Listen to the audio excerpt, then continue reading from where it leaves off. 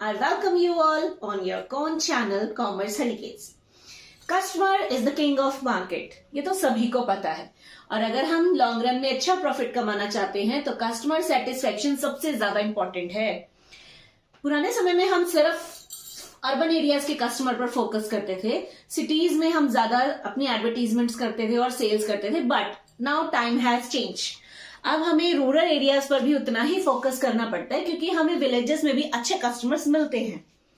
तो दोस्तों, आज हम जो टॉपिक करने जा रहे हैं वो यही है कि रूरल मार्केटिंग सेगमेंटेशन कैसे किया जाता है, यानी क्या ऐसी स्ट्रेटेजी है जिससे ज्यादा से ज्यादा रूरल एरियाज के कस्टमर्स को अट्रैक्ट किया जाए, अपनी मार्केट को बढ़ाया जाए, प्रॉफिट्स को बढ़ाया जाए।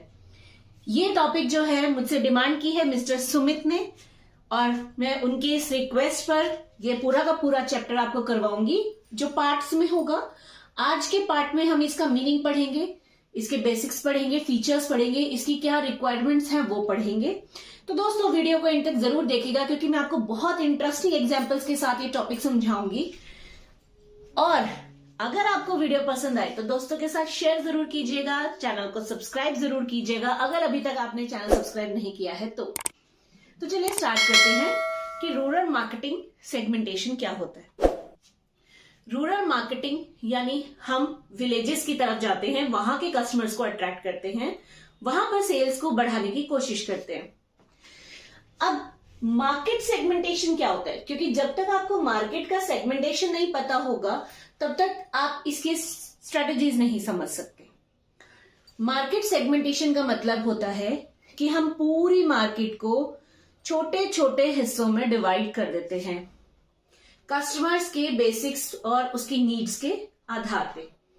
जैसे कि एक एग्जांपल लेते हैं, हमारे पास कस्टमर्स की एक लिस्ट है जिसको हमने एज के बेसिस पर डिवाइड कर दिया है।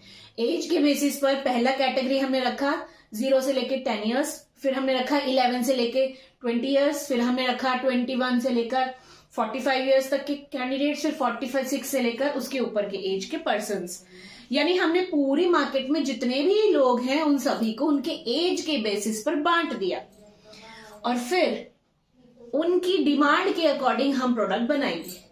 क्योंकि ये तो सिंपल सा लॉजिक है कि जो डिमांड 18 साल के एक बच्चे की होगी वो ऑब्वियसली 45 इयर्स के पर्सन की एज डिमांड नहीं होगी। जो डिमांड एक फीमेल की है जो कि 25 इयर्स की है, ऑब्वियसली उसकी डिमांड 65 ईयर की फीमेल के साथ मैच नहीं करेगी। उसकी अलग इच्छाएं हैं, दूसरे की अलग इच्छाएं हैं। तो हमारे लिए ये पॉसिबल नहीं है ना कि हम एक टाइम पर सभी को सेटिस्फाई कर दें। तो हम क्या करते हैं कि अपनी पूरी मार्केट को छोटे छोटे हिस्सों में बांट देते हैं और उसके बाद देखते हैं कि कौन सी मार्केट हमें ज्यादा अच्छी लग रही है, जहां ज्यादा से ज्यादा कस्टमर्स हमें मिल सकते हैं। तो जब हम मार्केट को डिवाइड कर देते हैं that is called market segmentation. ठीक है, अब बात करते हैं बेसिस ऑफ मार्केट डिवीजन, यानी किस आधार पे हम अपनी मार्केट को डिवाइड करते हैं। हमारे पास दो हैं, ये मैं आपको सिर्फ अभी इंट्रो बता रही हूं। ठीक है, दो हैं, एक है मास मार्केट, दूसरा है मार्केट सेगमेंटेशन। मास मार्केट का मतलब होता है कि जब हम एक टाइम पर एक ही तरह का प्रोडक्ट सभी कस्टमर्स को देते हैं, हम ये नहीं चेक करते कि उसकी एज क्या है, उसका जेंडर क्या है, उसकी एजुकेशन लेवल क्या है, वो गांव में रहता है, शहर में रहता है, रिलीजन कल्चर क्या है, इससे हमें कोई मतलब नहीं है। हम सिर्फ एक प्रोडक्ट बनाते हैं और उन सभी को सेम प्रोडक्ट प्रोवाइड करते हैं। जैसे कि एग्जांपल लेते हैं लक्स सोप, कोलगेट, ठीक है, सनसिल्क शैम्पू। ये ऐसा नहीं है कि जो हमारा टाटा नमक छोटा बच्चा जो खा रहा है वही सबको मिल रहा है ना, सेम प्रोडक्ट हम प्रोवाइड कर रहे हैं। मार्केट सेगमेंटेशन, जैसा कि मैंने अभी बताया कि पूरी मार्केट को हम छोटे छोटे हिस्सों में बांट देते हैं डिफरेंट डिफरेंट क्राइटेरिया के बेसिस पर, और फिर उनकी डिमांड, उनकी नीड के अकॉर्डिंग सामान देते हैं। ठीक है, तो ये आप इनका मीनिंग भी देख सकते हैं मास मार्केट का। It means targeting the total market as potential buyer. और मार्केट सेगमेंटेशन मतलब it is the process of dividing heterogeneous market into homogeneous units. अब ये क्या चीज है, ये कहता है कि एक ऐसा प्रोसेस है जिसमें हम हेट्रोजीनियस मार्केट को होमोजीनियस मार्केट में बदल देते हैं। हेट्रोजीनियस का मतलब होता है अलग अलग तरह के लोग। जैसे मेरी डिमांड कुछ और होगी, एक 16 साल की लड़की की डिमांड कुछ और होगी, 45 साल के औरत की डिमांड कुछ और होगी, 65 इयर्स की औरत की डिमांड कुछ और होगी। सबकी डिमांड्स अलग अलग हैं, ठीक है। तो हम क्या करते हैं कि हेट्रोजीनियस मार्केट यानी सबकी डिमांड जिनकी अलग अलग है उनको डिवाइड कर देते हैं और उनको एक होमोजीनियस मार्केट में बदल देते हैं। होमोजीनियस मतलब जहां सब लोगों की डिमांड सेम है, ठीक है। हमने एक एज ग्रुप सिलेक्ट कर लिया 18 साल से लेकर 28 साल तक के लोग, तो उस एज ग्रुप की औरतों की जो हमारी डिमांड है, लड़कियों की सॉरी, जो डिमांड है, जो नीड है, उसी की तरफ हम फोकस करेंगे और सिर्फ उसके अकॉर्डिंग हम प्रोडक्ट उनको प्रोवाइड करेंगे, ठीक है जी। तो ये तो हुआ हमारा थोड़ा सा इंट्रोडक्टरी पार्ट। अब बात करते हैं कि रूरल मार्केटिंग सेगमेंटेशन क्या होता है। ये तो आप समझ गए कि मार्केट सेगमेंटेशन मतलब पूरी मार्केट को छोटे छोटे हिस्सों में बांट देना। तो रूरल मार्केट क्या होगा कि गांव में रहने वाले लोगों की जितनी भी पॉपुलेशन है उन सभी को छोटे छोटे हिस्सों में बांट देना, उनकी डिमांड, उनकी नीड, उनके कल्चर के बेसिस पर, ठीक है। जैसे सपोज करते हैं कि एक विलेज में अगर 5000 लोग रह रहे हैं तो ऑब्वियसली 5000 लोगों का एज अलग होगा, जेंडर अलग होगा, उनकी एजुकेशन लेवल, उनका बिजनेस, उनका ऑक्यूपेशन, सब कुछ डिफरेंट होगा, है ना। तो हम क्या करेंगे, उन 5000 लोगों को बांट देंगे बेसिस पर। जैसे कि एज ग्रुप, किसी एक पर्टिकुलर एज के लोग हमने इसमें डाल दिए, या हम बांट सकते हैं उनके जेंडर के बेसिस पर, मेल फीमेल में हमने डिस्ट्रीब्यूट कर दिया, या हम उनके एजुकेशन के लेवल पर उनको डिस्ट्रीब्यूट कर देंगे। मींस उस पूरी पॉपुलेशन को हम छोटे छोटे हिस्सों में बांट देंगे और फिर उसके बाद उनकी नीड के अकॉर्डिंग उन्हें प्रोडक्ट प्रोवाइड करेंगे। तो ये लिखा हुआ है, it is the process of dividing potential rural market into distinct सब मार्केट्स ऑफ कंज्यूमर्स। यानी एक ऐसा प्रोसेस है जहां पर हम रूरल मार्केट में होने वाले सभी कस्टमर्स को छोटे छोटे सब मार्केट्स में बांट देते हैं with common needs and characteristics. मगर खास बात क्या है कि ये जो कैटेगरी हमने बनाई है उसमें आने वाले सभी लोगों की नीड और उनके फीचर्स सेम होंगे, ठीक है। ऐसा नहीं है कि किसी को कुछ चाहिए किसी को कुछ चाहिए, उनके नीड, उनके फीचर्स, उनका एजुकेशन लेवल वो लगभग सेम होगा, इसीलिए हमने उनको एक कैटेगरी बनाई है।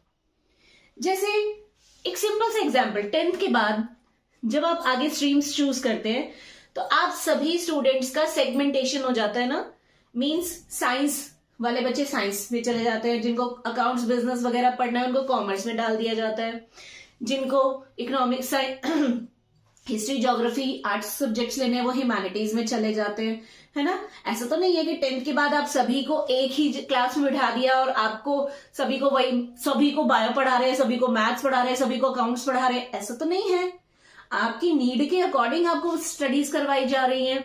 जिसको डॉक्टर बनना है उसे बायो पढ़ना है, जिसे इंजीनियर या कोई और काम करना है वो नॉन मेडिकल में जा रहा है, जिसको बिजनेस करना है, अकाउंटेंट बनना है, वो कॉमर्स में जा रहा है, और जो उसकी नीड है उसके अकॉर्डिंग ही उसे स्टडीज करवाई जा रही है, ठीक है। बिल्कुल वही चीज यहां पर होगी कि रूरल एरियाज में मार्केट का सेगमेंटेशन उनकी डिमांड के बेसिस पर करेंगे और फिर उसके अकॉर्डिंग उनको प्रोडक्ट प्रोवाइड किया जाएगा। आप चाहे तो इसका स्क्रीनशॉट ले लीजिए, फिर हम नेक्स्ट टॉपिक देखते हैं। एक बार इसकी डेफिनेशन भी देख लेते हैं।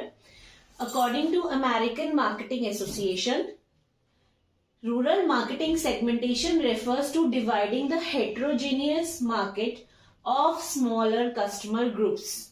मतलब हम पूरी मार्केट में जो heterogeneous लोग हैं, जो कस्टमर्स हैं, उनका एक स्मॉल ग्रुप बना देते हैं। heterogeneous जैसा कि मैंने बताया जहां पर सबकी डिमांड्स अलग अलग होती हैं। having certain homogeneous characteristics that can be satisfied by the firm। यानी वो जो ग्रुप्स बनाए गए हैं वो इस तरीके से बनाए जाते हैं कि उस ग्रुप में आने वाले सभी लोग होमोजेनियस नेचर के हों। होमोजेनियस यानी उन सभी की डिमांड्स एक जैसी हों ताकि फर्म उन डिमांड्स को सेटिस्फाई कर सके। अब बात करते हैं नेक्स्ट टॉपिक की, यानी prerequisites for effective rural market segmentation, या इसे हम features of rural market segmentation भी कह सकते हैं। तो हमारे पास फर्स्ट पॉइंट आता है मेजरेबल, यानी जो रूरल मार्केट सेगमेंटेशन हम कर रहे हैं सबसे पहले वो मेजरेबल होना चाहिए। यानी कि जो ग्रुप्स आपने डिवाइड किए हैं उनकी डिमांड्स समझी जा सके, उनकी नीड्स को आप जज कर सके, उसके बेस पर जब आप प्रोडक्ट उनको प्रोवाइड कर रहे हैं या सर्विसेज आप उनको प्रोवाइड कर रहे हैं तो उसके रिजल्ट्स को आप मेजर भी कर सके।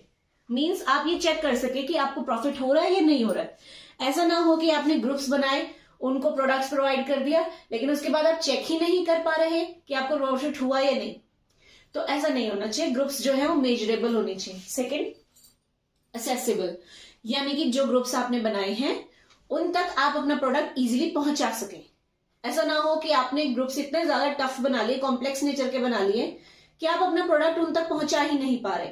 अगर आप ऐसा करेंगे तो फिर ऑब्वियसली आपकी डिमांड आपकी सेल्स बढ़ेंगी नहीं और आपके प्रॉफिट्स इंक्रीज नहीं करेंगे। नेक्स्ट, डिफरेंशिएबल, यानी कि जो मार्केट में आपने ग्रुप्स बनाए हैं वो ग्रुप्स एक दूसरे से अलग होने चाहिए। ठीक है, जैसे कि मैं बात करूं अगर कि मैंने एक ग्रुप बनाया है फीमेल्स का, मतलब मैंने जेंडर के बेसिस पर ग्रुप बना दिया फीमेल का। अब फीमेल में इन्फेंट भी हो सकती हैं, इन्फेंट यानी छोटी बच्चियां, ठीक है। उसके बाद टीनेज होंगी, टीनेज के बाद एडल्ट्स होंगी, एडल्ट्स के बाद ओल्ड लेडीज होंगी, है ना। तो ये मैंने जो कैटेगरीज बनाई हैं, ये जो ग्रुप्स मैंने बनाए हैं फीमेल कैटेगरी के बेस पर, ऑब्वियसली एक ग्रुप की डिमांड, नीड्स, वांट्स दूसरे ग्रुप से डिफरेंट होनी चाहिए। यही इसने बोला है डिफरेंशिएबल, यानी कि दो तीन ग्रुप्स के बीच में आप डिफरेंशिएट कर सके। ऐसा ना हो कि ये ग्रुप भी वही चीज मांग रहा है, ये ग्रुप भी वही चीज मांग रहा है, ऐसा नहीं होना चाहिए। ठीक है। नेक्स्ट, सस्टेंशियल, यानी कि आप प्रॉफिट्स कमा सके। जो ग्रुप्स आपने बनाए हैं वो इस तरीके से आप चूज कीजिए कि आप उनकी नीड्स को सेटिस्फाई करने के लिए प्रोडक्ट्स बना सके और उनको वो अच्छे से बेच सके। अदरवाइज ग्रुप्स बनाने का कोई फायदा ही नहीं है। अगर वो ग्रुप के लोग आपका प्रोडक्ट नहीं खरीद रहे हैं, आपको प्रॉफिट्स नहीं हो रहे हैं, तो आपका सारा काम वेस्ट हो जाएगा। Next, actionable. एक्शनेबल का मतलब कि आप जो भी काम कर रहे हैं उससे आप प्रॉफिट्स कमा सके, फालतू का रिस्क नहीं होना चाहिए, वेस्टेज नहीं होनी चाहिए। क्योंकि जब आपको पता है कि मुझे इस ग्रुप के लिए प्रोडक्ट बनाना है तो ऑब्वियसली आप अपने सारे रिसोर्सेस सिर्फ इस ग्रुप को सेटिस्फाई करने के लिए प्रोडक्ट बनाएंगे। फिर आप ओल्ड लेडीज की डिमांड नहीं देखेंगे, ठीक है, आप टीनेज की डिमांड नहीं देखेंगे, आप छोटी बच्चियों की डिमांड देखेंगे कि बिल्कुल इन्फेंट बच्चा क्या चाहता है, उसकी क्या क्या डिमांड है, उसके अकॉर्डिंग आप प्रोडक्ट बना रहे हैं। ठीक है। अब जो टॉपिक हम करने जा रहे हैं वो बहुत इंपॉर्टेंट है क्योंकि एग्जाम में इस पर क्वेश्चन बहुत बार पूछा जाता है। टॉपिक का नाम है basis of rural market segmentation. जैसा कि मैंने अभी आपको बताया कि हम मार्केट को छोटे छोटे हिस्सों में डिवाइड करते हैं कुछ चीजों के बेसिस पर। तो किन चीजों के बेसिस पर डिवाइड करते हैं वो हम पढ़ेंगे। देखिए, हमारे पास एक चार्ट बना हुआ है। हम 4 मेन चीजों के बेसिस पर अपनी मार्केट को डिवाइड करते हैं। First, demographic segmentation, geographic segmentation, psychographic segmentation and behavioural segmentation. हम 1 बाय 1 चारों को पढ़ेंगे। फर्स्ट है डेमोग्राफिक सेगमेंटेशन। आप देखेंगे तो डिफरेंट बुक्स आप फॉलो कर रहे होंगे, किसी में कोई क्राइटेरिया दिया होगा, किसी में कोई क्राइटेरिया दिया होगा। तो मैंने सभी को कंबाइन करके एक क्राइटेरिया आपके सामने रख दिया है। ये सारे, ठीक है, डिफरेंट बुक्स में किसी में ये मिलेगा आपको, किसी में ये, किसी में ये, मैंने इकट्ठे बना दिए ताकि आपको आसान रहे, आपका आंसर भी लेंदी हो जाए और आपको सारे के सारे क्राइटेरियाज पता रहें। इन सभी को मैं आपको एग्जाम्पल्स के साथ भी समझाऊंगी, एग्जाम्पल देके समझाऊंगी तो आपको और ज्यादा क्लियर हो जाएगा। तो चलिए शुरू करते हैं। डेमोग्राफिक का मतलब होता है कि जो हमारी जनता है ना, जो हमारी पब्लिक है, उनके अंदर कुछ खास बातें होती हैं जिसके आधार पे हम डिवीजन करते हैं मार्केट का। जैसे कि फर्स्ट है जेंडर। हमने क्या किया, पूरी मार्केट को जेंडर के बेस पर डिवाइड कर दिया, मेल एंड फीमेल। ट्रांसजेंडर भी आप रख सकते हैं, ठीक है। मेल लोगों की जो डिमांड होगी वो अलग होगी, फीमेल्स की अलग होगी, तो आप इन दोनों में से किसी भी एक पार्ट को चूज कर सकते हैं। जैसे अगर मैं मेल कैटेगरी चूज करूं तो मेल की डिमांड होगी जैसे पैंट, शर्ट, कोट, ठीक है, ट्राउजर्स, लोअर, इस तरह की चीजें हम बनाएंगे। अगर हम क्लोथ्स का बिजनेस कर रहे हैं तो हम मेल को ध्यान में रखते हुए इस तरह की चीजें बनाएंगे। अगर हमने फीमेल चूज किया है तो हम फीमेल्स के लिए बनाएंगे like jeans, suits, sari, palazzo, lancha, ghagra और भी बहुत सारी जो ड्रेसेस हैं वो सारी हम फीमेल्स को ध्यान में रखते हुए बनाएंगे। देन एज, एज के बेसिस पर भी हम मार्केट को डिवाइड कर सकते हैं, जैसे कि children, teenager, young, adult, elders. अगर हमने चिल्ड्रन चूज किया हुआ है, सपोज एक एग्जांपल लेते हैं, मैंने क्या किया, फीमेल कैटेगरी के अंदर चिल्ड्रन चूज कर लिए, तो हम क्या करेंगे, छोटी बच्चियों के लिए ड्रेसेस बनाएंगे, या अगर मेरा शूज का काम है तो उनके लिए शूज बनाएंगे। जिस भी चीज का मेरा काम है, मैं छोटी बच्चियों को ध्यान में रखते हुए, उनकी नीड को ध्यान में रखते हुए प्रोडक्ट बनाऊंगी। अगर मैंने ये एडल्ट्स चूज कर लिया है तो एडल्ट्स के को ध्यान में रखते हुए हम सूट या लांचा वगैरह बनाएंगे। ठीक है, तो जो चीज हमने सिलेक्ट की है उसके बेस पर हम प्रोडक्ट बना देंगे। नेक्स्ट है इनकम। इनकम होता है हाई इनकम ग्रुप, मिडिल या लोअर इनकम ग्रुप। यानी कि अगर मैं हाई इनकम ग्रुप को चूज कर लूं, मैंने क्या किया, मैं मार्केट सेगमेंट करने लग रही हूं, मैंने उसमें फीमेल को चूज किया, फिर फीमेल में मैंने क्या किया, एडल्ट्स को चूज कर लिया। अब मैं ये कर रही हूं कि मुझे हाई इनकम ग्रुप के लोग चाहिए।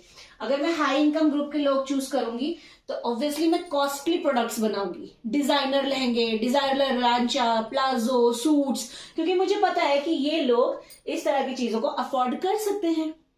लेकिन अगर मैंने लोअर इनकम ग्रुप चूज कर लिया तो ऑब्वियसली फिर मुझे थोड़ा लो क्वालिटी का प्रोडक्ट बनाना पड़ेगा, थोड़ा सस्ता रखना पड़ेगा, ठीक है, ताकि वो लोग उसको अफोर्ड कर सके। अगर मैं महंगा बना दूंगी और लोअर इनकम मैंने ग्रुप चूज किया हुआ है तो मेरा सामान नहीं बिकेगा। ठीक है, नेक्स्ट, एजुकेशन के बेस पर हम डिवाइड कर सकते हैं, लिटरेट है या इलिटरेट। पढ़े लिखे हैं तो उनके अकॉर्डिंग प्रोडक्ट बना दीजिए, अनपढ़ हैं तो उनके अकॉर्डिंग बनेगा। रिलीजन, रिलीजन के बेसिस पर भी आप डिवीजन कर सकते हैं, जैसे हिंदू, मुस्लिम, सिख, क्रिश्चियन। ठीक है, अगर आपने चूज किया है हिंदू, ठीक है, तो आप हिंदू लोगों को ध्यान में रखते हुए काम करेंगे। जैसे सपोज करते हैं कि हमने सपोज एक एग्जांपल फीमेल ग्रुप चूज किया, फीमेल में हमने यंग ग्रुप चूज कर लिया, यंग में फिर हमने मिडिल क्लास चूज कर लिया, मिडिल इनकम वाले, और उसमें फिर हम हिंदू लोग चूज कर रहे हैं। तो हम क्या करेंगे कि हिंदू मिडिल क्लास की लड़कियों की जब मैरिज होगी, क्योंकि हम यंग की बात कर रहे हैं, मैरिज होगी तो हम उनकी नीड को ध्यान में रखते हुए ब्राइडल लहंगे बनाएंगे। ठीक है, जैसे रेड हो गया, मेरून कलर हो गया, पिंक कलर हो गया, उस तरीके की चीजें बनाएंगे। अगर हमने क्रिश्चियन वाला सिलेक्ट कर लिया है तो हम क्रिश्चियंस के लिए व्हाइट ड्रेस, व्हाइट गाउन्स बनाएंगे। ठीक है, क्योंकि हमने यंग लेडी चूज की है, मिडिल क्लास वाली, क्रिश्चियन के अकॉर्डिंग करेंगे तो वो व्हाइट गाउन्स आप बनाएंगे। तो मतलब जो भी चीज आपने सिलेक्ट किया हुआ है आप उसके अकॉर्डिंग प्रोडक्ट बनाएंगे। हिंदू में तो व्हाइट नहीं पहनते हैं, ठीक है ना। नेक्स्ट आता है फैमिली, ज्वाइंट फैमिली है, न्यूक्लियर फैमिली है, किस तरह की फैमिली के लोगों को आप टारगेट कर रहे हैं, फिर आप उनके लिए बनाएंगे। जैसे सपोज आपका कार का काम है, कार बनाते हैं आप, अगर आपने ज्वाइंट फैमिली को ध्यान में रखते हुए कार डिजाइन करनी है तो आप 9, 10, 11 सीटर की गाड़ी बनाएंगे। जैसे किया की जो कार है वो 11 सीटर आती है, ठीक है, क्योंकि आप ज्वाइंट फैमिली के लिए बना रहे हो जहां मेंबर ज्यादा होते हैं। अगर आप न्यूक्लियर फैमिली के लिए बना रहे हो तो कोई भी स्मॉल साइज कार चल जाएगी, 4, 5 सीटर, ठीक है, क्योंकि आप न्यूक्लियर फैमिली को ध्यान में रखते हुए प्रोडक्ट बना रहे हो। उनके लिए 11 सीटर कार की तो कोई डिमांड करेगा ही नहीं, है ना। तो मीन्स इन चीजों को ध्यान में रखते हुए हम अपना प्रोडक्ट बनाते हैं। अब हम नेक्स्ट देखेंगे ज्योग्राफिक सेगमेंटेशन। ज्योग्राफिक सेगमेंटेशन का मतलब होता है कि जिस एरिया में आपकी लोग रह रहे हैं वो एरिया कैसा है, वहां का एनवायरमेंट कैसा है, वहां का क्लाइमेट कैसा है। तो इसके भी आप डिफरेंट बुक्स में अलग अलग पॉइंट्स देखेंगे, किसी बुक में कोई दिया है, किसी में कोई, तो मैंने उन सभी को कंबाइन करके यहाँ पर उन सभी क्राइटेरियाज को मेंशन कर दिया है ताकि आपको याद करना आसान रहे, ज्यादा बुक्स में आपको सर्चिंग ना करनी पड़े। तो फर्स्ट पॉइंट है रीजन, यानी कि किस एरिया के कस्टमर हैं आपके पास, नॉर्थ, साउथ, ईस्ट, वेस्ट, किस तरह के। अगर आप साउथ के लोगों के लिए प्रोडक्ट बना रहे हैं, क्लोथ का काम कर रहे हैं, तो ऑब्वियसली वहां पर ज्यादातर लुंगी चलती है या साउथ सिल्क साड़ीज चलती हैं और लहंगे, लॉन्ग लहंगे, घाघरा वगैरह चलता है, तो आप उस तरह के प्रोडक्ट्स बनाएंगे। ठीक है, वहां पर वेस्टर्न क्लोथ्स का इतना ट्रेंड नहीं है तो आप वो चीज नहीं बनाएंगे। नेक्स्ट आता है डेंसिटी, यानी वहां पॉपुलेशन कैसी है, हाईली पॉपुलेटेड है, मॉडरेट है या लेस पॉपुलेटेड है। अगर बहुत ज्यादा पॉपुलेशन है तो ऑब्वियसली आपके पास कस्टमर्स ज्यादा होंगे और आप लार्ज लेवल पर प्रोडक्शन कर सकते हैं। अगर पॉपुलेशन कम है तो आप ज्यादा प्रोडक्शन नहीं कर पाएंगे क्योंकि सेल ज्यादा नहीं होगी। ठीक है, नेक्स्ट इज क्लाइमेट, यानी वहां का वातावरण कैसा है, हॉट है, कोल्ड है, ह्यूमिड यानी उमस वाला है, या बारिशें ज्यादा होती हैं। तो जिस तरीके का क्लाइमेट होगा आप उस तरह के प्रोडक्ट बनाएंगे ना। सपोज करते हैं आप राजस्थान में रहने वाले लोगों के लिए कपड़ा बनाते हैं, तो क्या आप वहां पर जैकेट्स, स्वेटर्स, ओवरकोट्स बनाएंगे, या आप वहां के लिए ठंडी चीजें बनाएंगे? नहीं, क्योंकि वहां पर तो गर्मी पड़ती है, तो वहां के लिए तो आपको एसी, कूलर, फ्रिज इस तरह की चीजें बनानी चाहिए। और अगर आप बना रहे हैं ऐसे एरिया जहां पर कोल्ड होता है, मतलब ठंड ज्यादा होती है, जैसे जम्मू कश्मीर की बात करें तो जम्मू कश्मीर में आप स्वेटर्स, कोट्स वगैरह बनाएंगे, क्योंकि वहां पर ठंड ज्यादा पड़ती है, तो वहां के लोगों की रिक्वायरमेंट वही है, आप उसके अकॉर्डिंग प्रोडक्ट बनाएंगे। तो जैसा इन्वायरमेंट है आप उसके अकॉर्डिंग प्रोडक्ट बनाकर उनको देंगे। नेक्स्ट है एरिया, यानी आप किस लेवल के लिए प्रोडक्शन कर रहे हैं। आप नेशनल लेवल का प्रोडक्ट बना रहे हैं, इंटरनेशनल लेवल पे, रीजनल पर, या लोकल लेवल का प्रोडक्ट बना रहे हैं। अगर आप इंटरनेशनल प्रोडक्ट बना रहे हैं, क्लॉथ का ही एग्जाम्पल ले लेते हैं, तो ऑब्वियसली आप फॉरेन कंट्री के लिए प्रोडक्ट्स बना रहे हैं, है ना। अब अमेरिका, जापान या फिर रशिया इस तरह के लोगों के लिए बना रहे हैं, तो क्या वो सूट्स पहनेंगे, साड़ीज पहनेंगे? नहीं, वो तो वेस्टर्न ड्रेसेस पहनते हैं, तो आप वेस्टर्न चीजें बनाएंगे। गोल्ड या सिल्वर की ज्वेलरीज आप नहीं बनाएंगे, क्योंकि वो लोग ज्वेलरीज नहीं पहनते, ठीक है। तो यानी कि हम एरिया के अकॉर्डिंगली प्रोडक्ट बनाते हैं। नेक्स्ट, सिटी साइज, कि हम जिस शहर में प्रोडक्शन कर रहे हैं, हमारा जो कस्टमर है वो कैसे शहर में रहता है, बड़े शहर में, स्मॉल सिटीज, टाउन में रहता है, या मेट्रोपॉलिटन में रहता है। तो जैसे एरिया में वो रहता होगा, जिस तरह की सिटी में वो रहता होगा, उस तरीके का प्रोडक्ट आप उनको बना कर देंगे, ठीक है। नेक्स्ट आता है हमारा साइकोग्राफिक सेगमेंटेशन। साइकोग्राफिक का मतलब होता है एक इंसान की पर्सनालिटी कैसी है, ठीक है। पर्सनालिटी के बेसिस पर हम क्राइटेरिया बनाते हैं। जैसे इसकी पर्सनालिटी होगी वैसा ही प्रोडक्ट वो डिमांड करेगा, जिसमें फर्स्ट आता है पर्सनालिटी एम्बिशियस, यानी बहुत सारी इच्छाएं रखने वाला इंसान। अथॉरिटेरियन है, मींस बहुत ज्यादा पावर को पसंद करने वाला इंसान है, दूसरों पे रौब जमाने वाला इंसान है। एग्रेसिव नेचर के हैं आपके कस्टमर, यानी बहुत जल्दी गुस्सा हो जाते हैं, स्पीड बहुत पसंद है उन्हें। इंट्रोवर्ट हैं, यानी शांत अकेले में रहना पसंद करते हैं। एक्सट्रोवर्ट हैं, यानी बहुत ज्यादा बातूनी है, बहुत ज्यादा एक्सप्लोर करते हैं मार्केट को। किस तरह का कस्टमर है, फिर उसके अकॉर्डिंग आप प्रोडक्ट बनाएंगे। अब कस्टमर खुद आपको आके नहीं बताएगा कि भैया मैं इंट्रोवर्ट हूं, मैं एग्रेसिव हूं, ऐसा नहीं होगा।